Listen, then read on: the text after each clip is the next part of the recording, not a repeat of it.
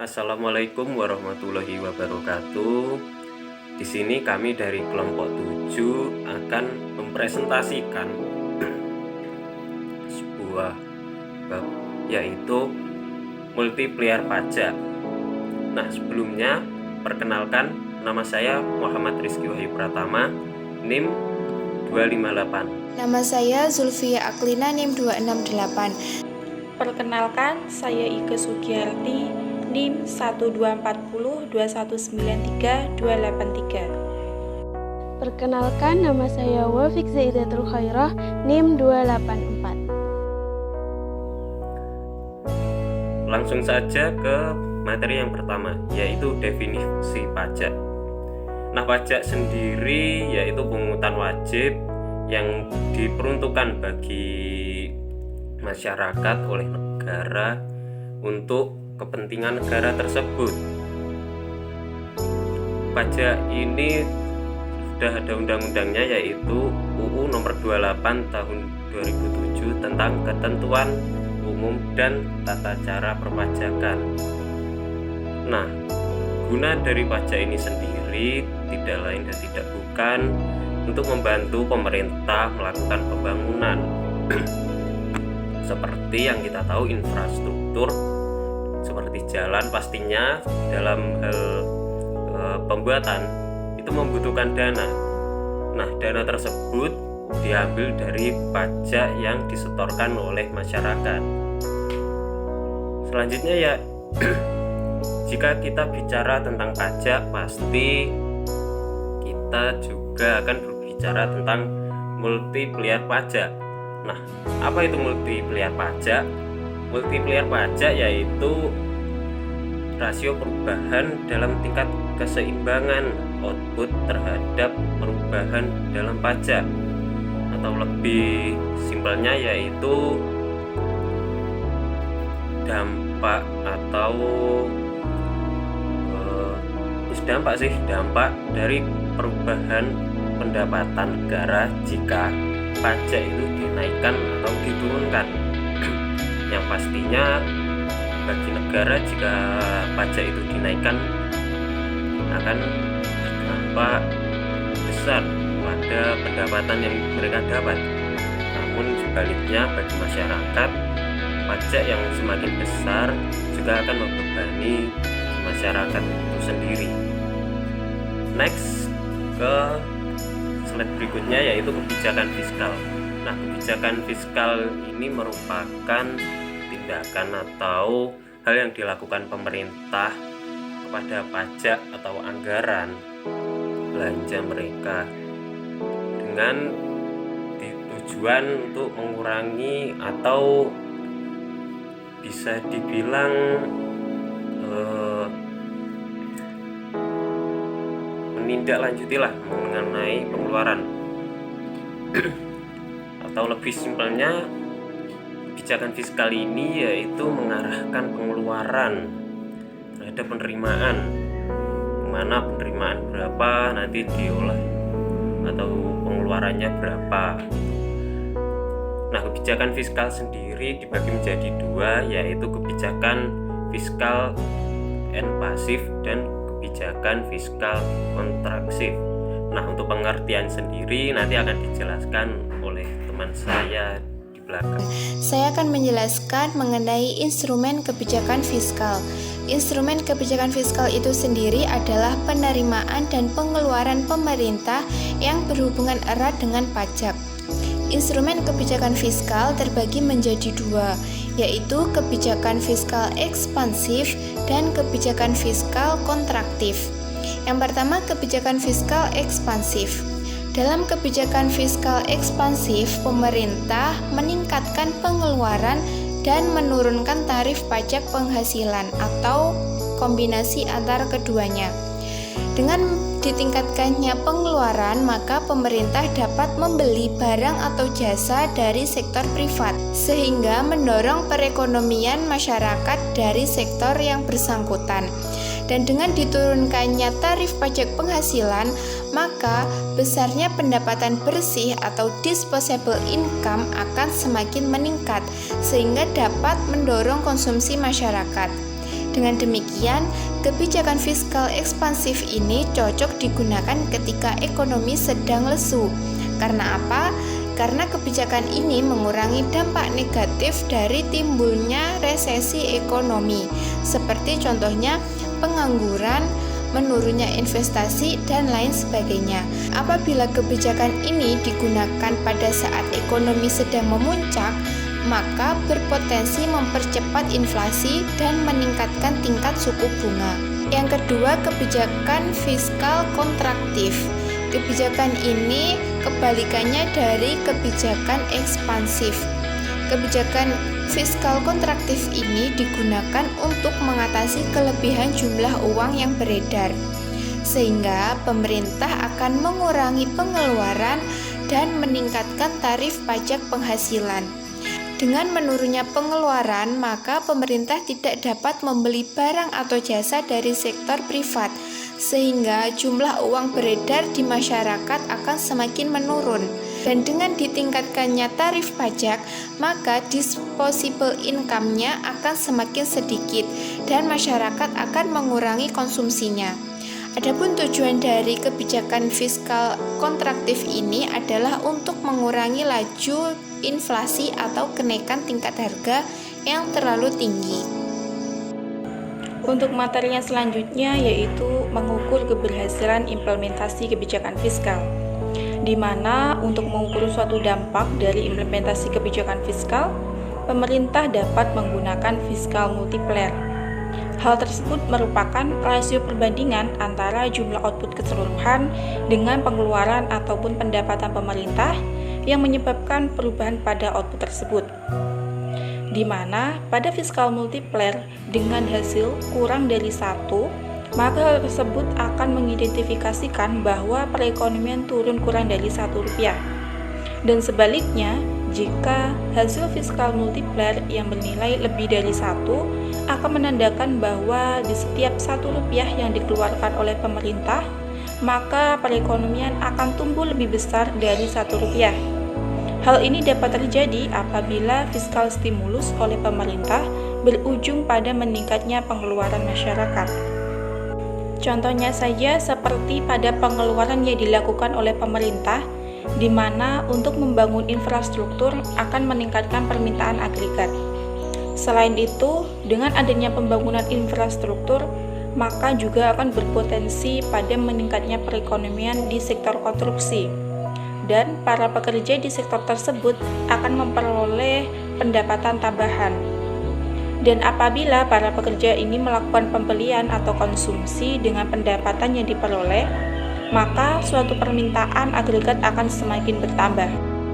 Dampak kebijakan fiskal dan multiplier. Menurut Lindauer, multiplier menunjukkan perubahan tingkat keseimbangan ekonomi sebagai akibat perubahan dalam salah satu komponen yang mempengaruhinya, yakni pembelian pemerintah atau G, transfer atau TR, pajak atau TX, dan pinjaman uang. Oleh karena itu, setiap tingkat perubahan salah satu komponen fiskal ini akan berakibat perubahan pada keseimbangan pendapatan nasional atau multiplier. Adapun mekanisme dampak komponen dalam kebijakan fiskal tersebut dapat dijelaskan melalui proses general. Yang pertama, general multiplier. Sebagai rumusan multiplier sebelum adanya kebijakan fiskal dirumuskan, Y sama dengan C plus I kali X min M. C adalah consumption, I adalah investment, X min M adalah net export. Yang kedua adalah transfer multiplier. Ekspor dapat diartikan sebagai pemberian cuma-cuma atau charity, hadiah yang penerimaannya tanpa dicari-cari seperti beasiswa sekolah atau bentuk tunai lainnya. Alasan mendasar transfer dilaksanakan adalah karena keterbatasan harta atau keterbatasan pendapatan individu terkait karena umur, penyakit, jabatan, atau lokasi.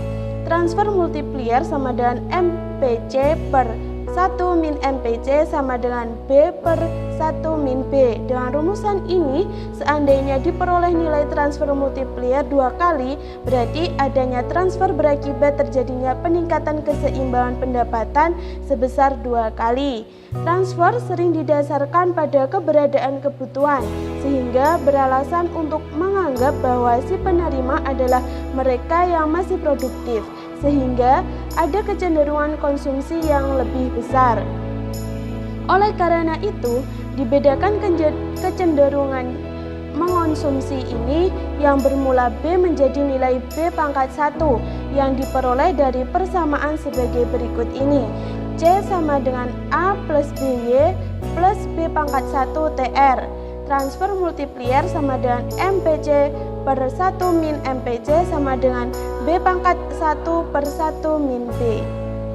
Yang ketiga yaitu tax multiplier. Pengenaan pajak cenderung menyebabkan penurunan total pembelian ekonomi ketika pajak mengurangi disposable income. Seberapa besar penurunan total pembelian pada besar pajak yang dikenakan dan kecenderungan konsumsi individu atau marginal propensity to consume atau MPC yang bersangkutan. Mungkin saja tentunya tingkatan pajak tidak berdampak sepanjang pajak tersebut seluruhnya dibayarkan dari pendapatan ekonomi yang diperoleh dari tabungan. Tingkat perubahan dan keseimbangan pendapatan sebagai akibat pengenaan pajak disebut tax multiplier dengan rumusan tax multiplier sama dengan min MPC per 1 min MPC sama dengan min B per 1 min B. Tax multiplier pengenaan pajak akan mengurangi keseimbangan pendapatan sebesar 3 atau 2 kali perubahan pajak. Dengan demikian, peningkatan pajak 10 juta US dollar misalnya akan mengurangi pendapatan sebesar 15 juta US dollar. Yang terakhir yaitu balance budget multiplier atau anggaran berimbang. Anggaran atau budget adalah suatu istilah untuk menjelaskan kombinasi kegiatan vital yang mana pemerintah terlibat di dalamnya sepanjang masa waktu tertentu. Apabila pengeluaran pemerintah sama besarnya dengan penerimaan pajak, maka anggaran pemerintah dinyatakan berimbang. Apabila pengeluaran berbeda sehingga terjadi surplus atau defisit, maka anggaran tersebut tidak seimbang. Ekspansi yang mempengaruhi anggaran seimbang atau balance budget diartikan bahwa pajak semata-mata cenderung mengurangi disposable income. Oleh karena itu, apabila hanya sebagian saja disposable income yang digunakan untuk maksud konsumsi, maka daya beli atas konsumsi tersebut tidak akan jatuh sebesar pajak yang dikenakan. Sebaliknya, pembelian pemerintah meningkat sebesar pajak yang dikenakan. Berapa besar peningkatan pendapatan nasional terjadi dengan kondisi pajak pemerintah dan pembelian sama besarnya dapat ditentukan dengan membandingkan tax multiplier dengan purchasing multiplier. Keberadaan balance budget multiplier berarti bahwa tingkatan pembelian pemerintah dibiayai dengan peningkatan yang sama pada pos pajak akan menyebabkan tingkat keseimbangan pendapatan ekonomi pemerintah meningkat dengan jumlah sebesar tambahan pemberian pemerintah. Secara matematis, persamaan dari balance budget multiplier sebagai berikut ini. Balance budget multiplier sama dengan purchasing multiplier dikurangi tax multiplier. Berdasarkan pemahaman tersebut di atas, dapat diketahui bahwa komponen fiskal seperti transfer dan belanja pemerintah secara positif dapat mengubah keseimbangan pendapatan nasional. Hal ini karena instrumen fiskal cenderung meningkatkan konsumsi akibat meningkatnya di total jumlah disposable income. Pajak dapat mengubah pendapatan nasional secara positif hanya apabila terpenuhinya kondisi berimbang, di mana jumlah belanja pemerintah sama dengan jumlah pajak yang dipungut. Oleh karena itu, bila kebijakan pajak tetap akan dilaksanakan, maka yang harus perlu diperhatikan adalah bahwa jumlah pajak yang akan dipungut tersebut harus sama jumlahnya dengan berapa jumlah anggaran pemerintah yang akan dikeluarkan.